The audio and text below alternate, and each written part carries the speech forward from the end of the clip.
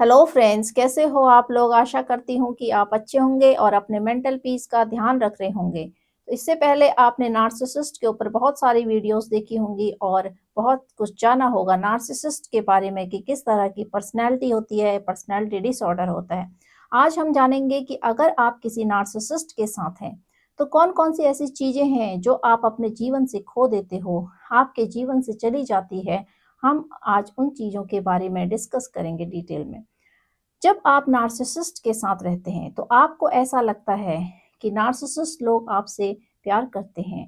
People think that love each other, they love each other. जब वो एक narcissist के साथ होते हैं तो बहुत सारी गलत फहमी सबसे पहले जो होती है वह यह होती है कि हम यह जान बैठते हैं कि नार्सिसिस्ट व्यक्ति आपको प्यार करता है।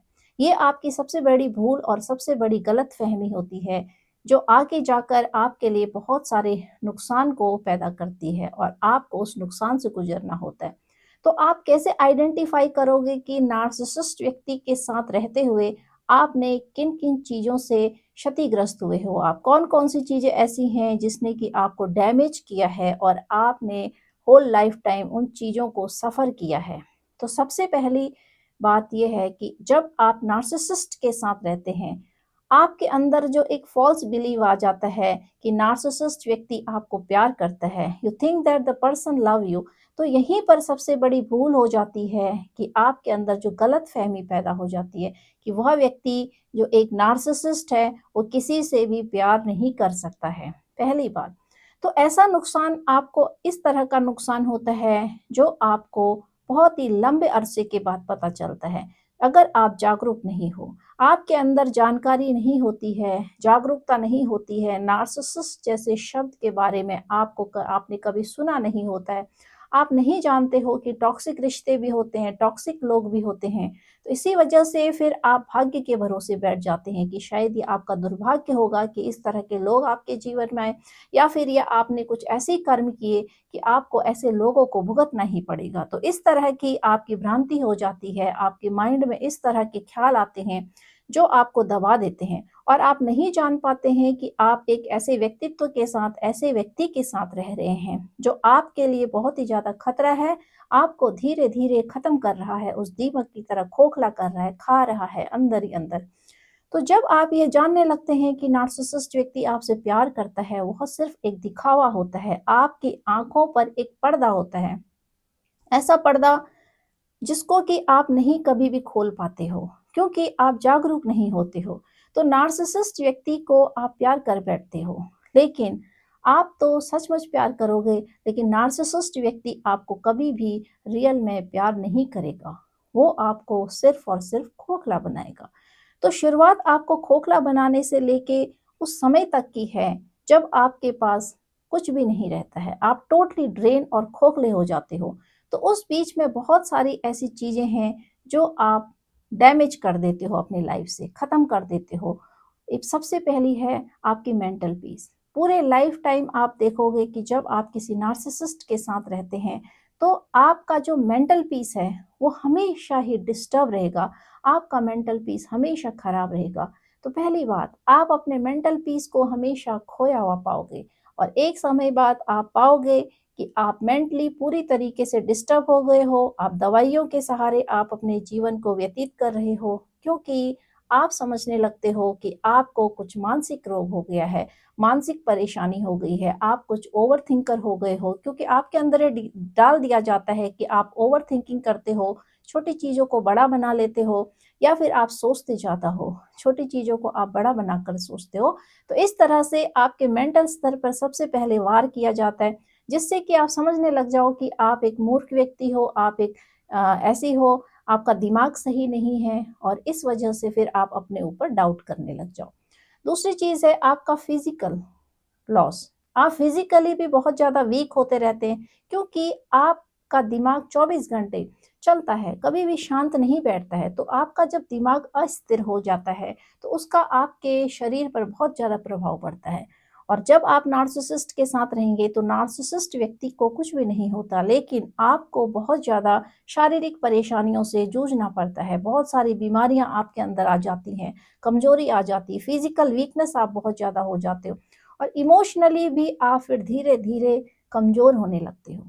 क्योंकि जब आप नार्सिसिस्ट के साथ नहीं थे, तब आप इमोशनली स्ट्रॉन्ग थे, तब आपको रोना नहीं आता था, तब आप चीज़ों के बारे में ज़्यादा नहीं सोचते थे, आप ओवरथिंकिंग नहीं करते थे, आप लाइफ़ को प्रेज़ेंट में जीते थे।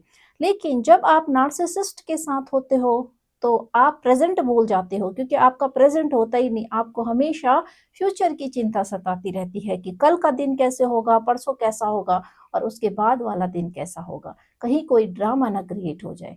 तो इस तरह से आप धीरे-धीरे ड्रेन होते रहते हैं। उसके बाद है कि आपके अंदर एक भय हो जाता है, ऐसा भय जिसमें कि आप हमेशा रहते हैं। उस भय के साए में रहते हैं आप डरे-डरे घूमते हैं, अपने ही घर में आपको डर लगने लगता है, यह सोचकर कि कल का दिन कैसे बीतेगा, परसों कैसे बीतेगा और किस तरह का ड्रामा क्रिएट होगा। तो इस तरह से जब नार्सिसिस्ट व्यक्ति आपको प्यार देने की कोशिश करते हैं, लव बॉम्बिंग करने की कोशिश करते हैं, तो आप खुशी को अनुभव नहीं कर पाते हो वहाँ पर भी, क्योंकि आपके अंदर वो इनसिक्योरिटी और डर हावी हो जाता है।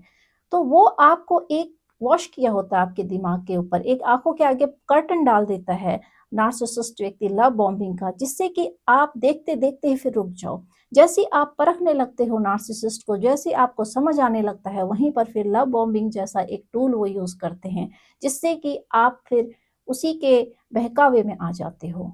उसके बाद देखिए आपका जो सोशल स्टेटस है, आप देखोगे कि पहले आप बहुत ज़्यादा घुलते-मिलते थे लोगों से, आपको पार्टीज़ अच्छी लगती थी, आप कहीं जाते थे, पिकनिक करने जाते थे या कुछ भी आप सोशल स्टेटस में, सोशल सर्कल में आप जो है एक्टिव होते थे। लेकिन आपने धीरे-धीरे एक्टिव होना बंद कर दिया है, क्योंकि आपके पास समय नहीं है। आपके पास समय इसलिए नहीं है क्योंकि आपने नार्सिसिस्ट को खुश करना होता है, आपका सारा समय नार्सिसिस्ट का होता है। तो आप धीरे-धीरे देखोगे कि आपके जीवन से वो सारी चीज़ें जो वास्तव में आपकी थी, वो ख़त्म होने लगती हैं। आपका सोशल सर्कल ख़त्म हो जाता है, सोशल स्टेटस ख़त्म हो जाता है, आपकी सोशल एक्टिविटीज़ ख़त्म हो जाती हैं। उसके बाद जो आपका टैलेंट होता है, जो आपका अपना है, जो आपके अंदर छुपा है, वो पता नहीं कहाँ गायब हो जाता है। आप भूल जाते हो कि आपके अंदर भी कुछ टैलेंट है, आपके अंदर कुछ क्रिएटिविटी है, आप पहले करते थे, वो सारी चीज़ें एक दब जाती हैं, क्योंकि आपको वो डैमेज दिखाई नहीं देता है। आप सोचते हैं एक परिवार को बचाने के लिए, रिश्तों को बचाने के लिए आप इतने मजबूर हो जाते हैं कि उसके पीछे जो नुकसान होता है, जो डैमेज होता है, वो उसको आप नज़रअंदाज कर देते हैं। सिर्फ़ और सिर्फ़ एक रिश्ते को बचाने के लिए, समाज को जवाब देने के लिए, तो आप ये भूल जाते हैं कि आपका अपने प्रति जो दायित्व होता है, उसको आप पीछे कर देते हैं और समाज के प्रति जो आपका कर्तव्य और घर के प्रति जो है, उसके लिए आप अपनी सारी ख्वाहिश को समर्पण कर देते हैं। तो आप नहीं जान पाते उस नुकसान को, उस डैमेज को, जो आपको धीरे-धीरे एक पर्दे के पीछे खोखला कर रहा होता है। फ्रंट में आप लोगों को बहुत अच्छे दिखोगे, क्योंकि नार्सिसिस्ट व्यक्ति समाज को दिखा के चलते हैं कि वो अपने पार्टनर के साथ, कोई भी हो सकता है रिश्ते में नार्सिसिस्ट, तो वो शो करेंगे कि उनका बिहेव आपके लिए बहुत अच्छा है, बहुत ज़्यादा केयरिंग, लविंग और बहुत ज़्यादा नर्चरिंग है। लेकिन आप समाज के आगे दिखोगे कुछ और, लेकिन आपकी वास्तविकता उससे बहुत ज़्यादा अलग होती है और आप लोगों के सामने कुछ और ज़ाहिर किया जाता है आपको, लेकिन कमरे के पीछे, पर्दे के पीछे आपके साथ जो व्यवहार किया जाता है, वो सिर्फ़ आपकी सोल जानती है। लेकिन आप उसको नहीं देख पाते हो, क्योंकि आप भ्रम जाल में रहते हो। नार्सिसिस्ट व्यक्ति आपके ऊपर एक भ्रम का ट्रैप करता है, जाल फेंकता है, जिससे कि आप नहीं समझ पाते हो कि उस डैमेज को नहीं देख पाते हो, जिसमें आप धीरे-धीरे खोखले हो रहे होते हो।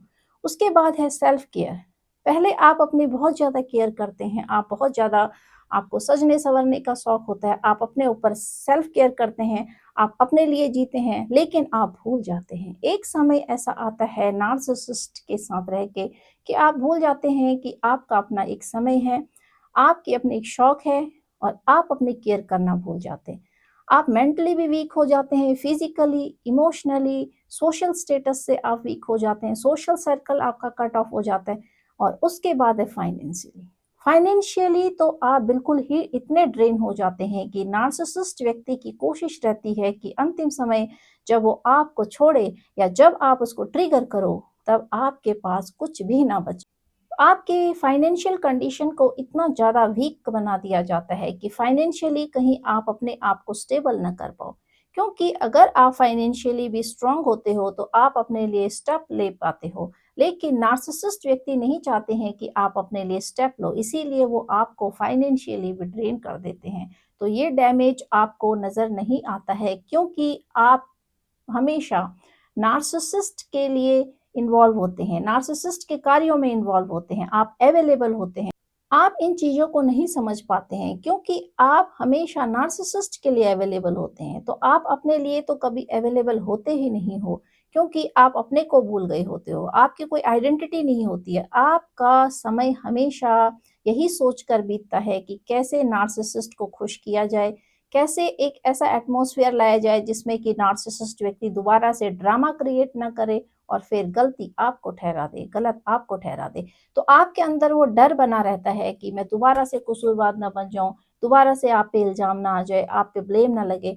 तो आप मेंटली बहुत ज़्यादा नीचे गिरते रहते हो, आपका जो मेंटल स्तर है वो घटता रहता है, आपके अंदर वो बहुत सारी कमज़ोरियाँ आ जाती हैं, आप बहुत ज़्यादा विकारों से घिर जाते हो।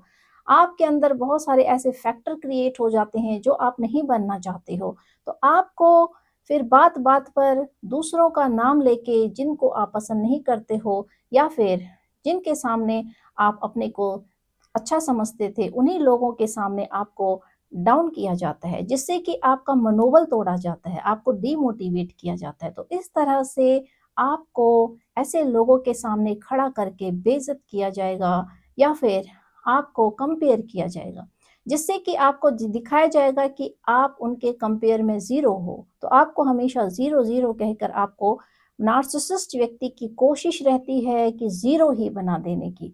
और जब वो समय आता है कि आप रियल में ज़ीरो बन जाते हो, तो वहाँ पर फिर नार्सिसिस्ट की जीत होती है क्योंकि वो आपको पूरे तरीके से ज़ीरो बना चुका होता है। फाइनेंशियली, इमोशनली, मेंटली, फिज़िकली और सोसाइटी में आपका जो स्टेटस होता है, सोशली आपको हर तरीके से ज़ीरो बना दिया जाता है। तो ये जो ज़ीरो बनने का सफ़र है, नार्सिसिस्ट के साथ रहते ही आप समझ नहीं पाते इस सफ़र को कि कब आप ज़ीरो बन गए हो। तो आपकी आँखें तब खुलती है जब आपकी सोल आपको बोलती है, आपकी सोल की आवाज़ आपको सुनाई देती है, जब आप अंदर आपके अंतरात्मा की आवाज़ को आप सुन पाते हो कि आप वास्तव में ज़ीरो हो गए हो, लेकिन आप ज़ीरो नहीं थे, तब आप एक्शन लेते हो। अदरवाइज़ बहुत सारी चीज़ें ऐसी होती हैं जिसमें व्यक्ति एक्शन नहीं ले पाता है और इसी गलतफ़हमी में अपने जीवन को बिता देते हैं कि वो वास्तव में ही ज़ीरो हैं और यह उनकी एक पहचान बन जाती है कि वो ज़ीरो हैं। क्योंकि नार्सिसिस्ट व्यक्ति उनको ज़ीरो बना देते हैं और खुद वो उनकी पर्सनैलिटी को अपना बताकर हीरो बनने की कोशिश करते हैं और समाज में अपने आप को वैसा ही दिखाते हैं जैसा वो नहीं हैं। क्योंकि उनको एक व्यक्ति चाहिए होता है नीचा दिखाने के लिए, जिसके कंधे पर चढ़कर, जिसको सीढ़ी बनाकर वो फिर समाज में अपना नाम बना सके या फिर फ्लाइंग मंकीज़ के साथ मिलकर अपनी एक कम्युनिटी बना सके, जिसमें कि वो आपको गिरा गिरा सकें और आप ही के कंधे पर खड़े होकर, आप ही को सीढ़ी बनाकर वो अपने जीवन को बिताते हैं, लेकिन आपका जीवन टोटली डिस्ट्रॉय हो जाता है। तो ये बहुत सारे ऐसे डैमेजेस हैं जिनकी रिकवरी कर पाना बहुत ज़्यादा मुश्किल होता है। इन सब चीज़ों की रिकवरी नहीं हो पाती है, लेकिन समय से अगर आप जाग जाएँ, जागरूकता आपके अंदर आ जाए और आपके अंदर अवेकनिंग आ जाए, आपकी सोल की इनर कॉलिंग अगर आपको सुनाई देती है, आप समझ जाते हैं अपनी इनर कॉलिंग को, तो आप ऐसे ट्रैप से निकल आते हैं। और जो आपके लाइफ का जो डैमेज है, उसको आप रिकवर नहीं कर सकते क्योंकि रिकवर करने के लिए उतना समय चाहिए होता है, जो आपके पास नहीं होता है। क्योंकि लॉस हुई चीज़ों को रिकवर कर पाना बहुत मुश्किल होता है, लेकिन आप वहाँ से अपने आप को दोबारा से फिर स्टैंड करते हैं, वो भी तब जब आप इसके बारे में जानते हैं।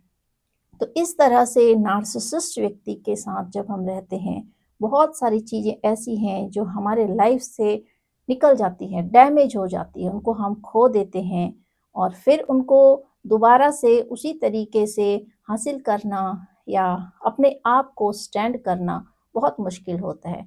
क्योंकि आपकी रियलिटी से आपको ज़ीरो बनाने तक का जो सफ़र होता है नार्सिसिस्ट का, वो आसान नहीं होता है। उसमें आपको बहुत बार गिराया जाता है, तोड़ा जाता है, आपको हर्ट किया जाता है, पेन दिया जाता है, आपको ट्रॉमा दिया जाता है। तो इस तरीके से आपको इतना ज़्यादा अंदर से आहत किया जाता है कि आपकी सोल तक टुकड़ों में ब्रेक हो जाती है, जिसका जुड़ पाना बहुत मुश्किल होता है। तो इसीलिए रिकवरी करना बहुत मुश्किल है।